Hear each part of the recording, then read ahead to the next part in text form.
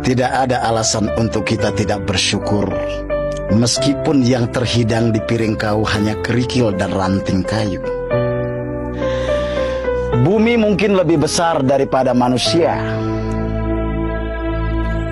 tapi takdirnya tetap berada di bawah injakan kaki manusia.